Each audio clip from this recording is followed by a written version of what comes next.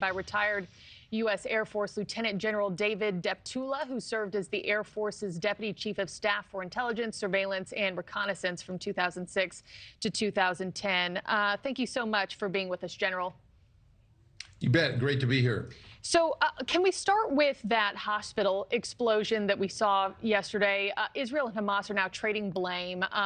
Everyone's pointing fingers at the other for where that rocket fire was originally launched from, the origination of it. How long before we have more clear answers about where it came from, do you think? Well, Markie, what I'd tell you is sooner rather than later, not much more than a day or two. I would offer that it's instructive to note that Hamas runs the health ministry in Gaza and runs the hospitals. And unfortunately, this is most likely a gross error on the part of the terrorists in Gaza, caused by an errant rocket that they were launching against Israeli civilians. Now, it's important for the audience to remember that Israel doesn't hit hospitals, but errors can happen. Time will tell. But remember that Israel's declared policy and actual practice is to do everything possible not to kill civilians, where Hamas has been and is doing everything possible to kill civilians, including Palestinians. Yeah, there's no moral compass there. We know that. As you also know, President Biden is boots on the ground today. He is in Israel. He is meeting with Prime Minister Benjamin Netanyahu, other area leaders there. But that summit that was scheduled for today, it got canceled between the King of Jordan, the President of Egypt, head of the Palestinian Authority in the wake of yesterday's hospital explosion. How critical was that canceled meeting, and what kind of progress do you think might have been made there today? Well, it's an excellent question. And unfortunately, I think it's an indication of the bias of those leaders against Israel and their lack of commitment to resolve the issue.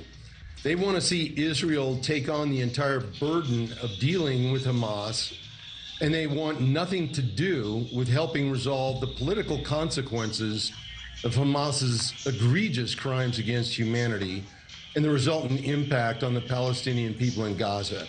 I think it's also a move that intentionally inflames the rampant anti-Semitism around the world. Yeah. And unfortunately, Egypt in particular is in a position to assist the civilians in Gaza, but they refuse to do so to date.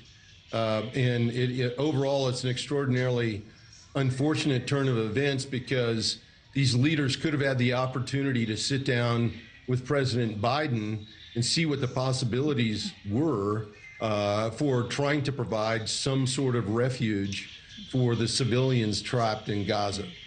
And General, while I have you, here on the screen right next to you, we're playing that live view. I don't know if you can see it from your vantage point. Yeah. Lebanon, this is one of those protests that's happening in front of a U.S. embassy. And we've seen these protests ignite in front of U.S. embassies across the Arab world after what we watched at the hospital unfold yesterday.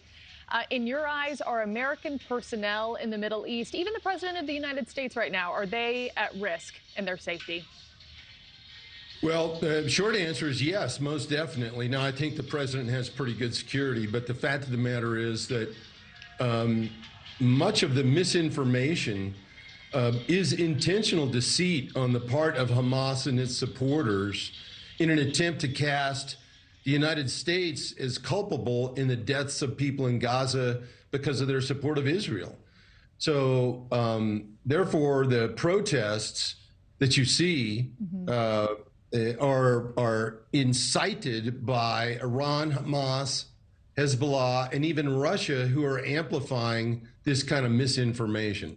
Yeah, well, unfortunately, it doesn't seem like there's any end in sight here. And of course, the world is, gosh, the world is praying for one, that's for sure. Retired U.S. Air Force Lieutenant General David Deptula, thank you so much for your time. Thank you for watching. Go to newsnationnow.com to find NewsNation on your television provider. And don't forget to click the red subscribe button below to get more of NewsNation's fact-driven, unbiased coverage.